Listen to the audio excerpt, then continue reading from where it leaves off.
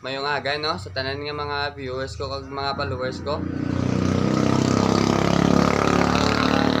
May nag-request dili sa isa ko ka followers nga taga Manila mag Tagalog ko no. Ngayon susubukan natin mag-Tagalog kasi para maintindihan nila. Guys, meron nga pala akong ipapakita sa inyo guys na isang manok guys galing Finland guys. Bigay ng kaibigan ko to. 2 linggo pa lang siya guys, pero ang laki na, may balahibo na siya guys. Tignan natin guys, ipapakita ko sa inyo guys.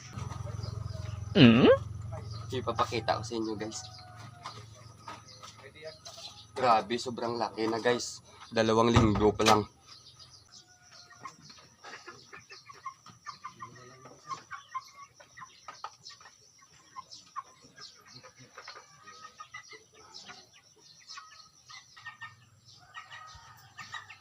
Ito na siya guys, oh. Tignan nyo guys. Yung ulo niya, magkakaiba talaga guys sa ulo ng manok dito guys. Bihira ka lang makakita nito guys, galing Finland. Tingnan mo yung balahibo niya guys, oh. Oh. Walang balahibo sa loob guys. Ganito pala yung mga manok sa mga Finland, no? O tapos yung mga paa niya, parang malalaki yung parang kaliskis niya sa paa, malalaki. At saka matangkad siya guys, oh. Ganitong mga manok sa Finland. So, uy, hindi ko to inuli lang sa kabilang kabilang bahay. Hindi ko to kinuha, ah. Ayaw, di ba? Ng kaibigan ko. Binigay ito ng kaibigan ko sa Finland. Kaya dinala niya ako. Galing pa nga to ng LBC. Pina-LBC niya sa akin. Ito guys, oh. Yan. Mga isang buwan siguro bago dumating dito sa akin sa Negros. Akala nyo naman magnanakaw ako. Akala nyo naman yung mukha nito magnanakaw. Tingnan nyo naman, oh, kung gaano to kaganda, oh. Oh. Oh. Oh, may manok ba kaya yung ganito? Meron ba kayong ganitong manok? Galing Finland to, eh. Oh, ang haba-haba ng liig niya, ang haba-haba. Tapos pag tumayo to, malaki pa to pag tumayo guys.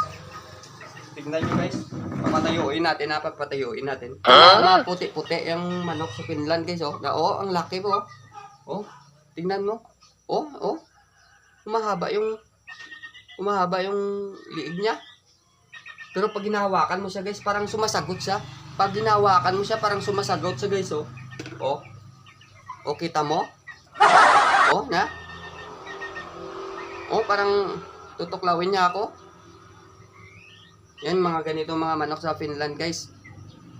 Kung gusto niyo makakita ng mga manok sa Finland, punta lang kayo dito sa akin sa Kanduni guys. Yan guys, oh. Oh, kita nyo ang ebidensya guys. Mahaba yung liig niya, tsaka yung likod niya parang may itim-itim siya dito, oh. May itim-itim siya dito, at saka yung parang may kaliskis siya yung paa niya. Oh, pag ginanyan ko pa nga sa kamay ko, hindi pa to umaalis, oh.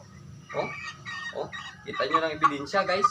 Yung ganitong mga manok sa Finland, parang kakahawak mo lang, parang akala mo matagal na sa iyo. Oh. Parang hindi siya umaalis kaagad. Oh, tignan nyo. Oh.